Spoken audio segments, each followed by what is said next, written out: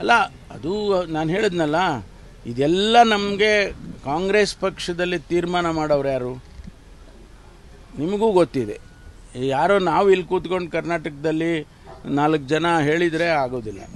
ಹೈಕಮಾಂಡ್ನವರು ವಿಶ್ಲೇಷಣೆ ಮಾಡ್ತಾರೆ. ಈಗ ಬಿಹಾರದ ಎಲೆಕ್ಷನ್ ನಡೀತಾ ಇದೆ. ಎಲೆಕ್ಷನ್ ಆದಮೇಲೆ ಬಹುಶಃ ಇದಕ್ಕೇನಾದರೂ ಅಂಥ ಅವಶ್ಯಕತೆ ಇದ್ದರೆ ಅವರೇ ಮಾಡ್ತಾರೆ. ನವೆಂಬರ್ 11ಕ್ಕೆ ಡೆಲ್ಲಿಗೆ ಹೋಗ್ತಾ ಇದ್ದಾರೆ ಸರ್. ರಾಹುಲ್ ಗಾಂಧಿ ಭೇಟಿಗೆ ಸಮಯ ಕೇಳಿದ್ದಾರೆ. ಸಿಎಂ ಕೂಡ 15ಕ್ಕೆ ಹೋಗ್ತಾ ಇದ್ದಾರೆ. ಏನೋ ಒಂದು ತೀರ್ಮಾನ ಆಗ್ಬೋದು ಸರ್ ಈ ಚರ್ಚೆಗಳು. ಡಿ ಕೆ ಶಿವಕುಮಾರ್ ಅವ್ರ ಬಗ್ಗೆ ಹೇಳೋದಕ್ಕೆ ನನಗೆ ಸಾಮರ್ಥ್ಯ ಇಲ್ಲ. ಅವರು ನಮ್ಮ ನಾಯಕರಿದ್ದಾರೆ, ಅವರು ನಮ್ಮ ಅಧ್ಯಕ್ಷರಿದ್ದಾರೆ ಮತ್ತು ಸಮರ್ಥರಿದ್ದಾರೆ. ಶಿವಕುಮಾರ್ ಅವರಿಗೆ ಕಂಪೇರ್ ಮಾಡೋದಕ್ಕೆ ಯಾರಿದ್ದಾರೆ? ಈಗ ಅಷ್ಟು ಅವರು ಸಾಮರ್ಥ್ಯ ಇದೆ. ಅದ್ರ ಬಗ್ಗೆ ನಾವು ಹೇಳೋ ಅಂಥದ್ದಲ್ಲ.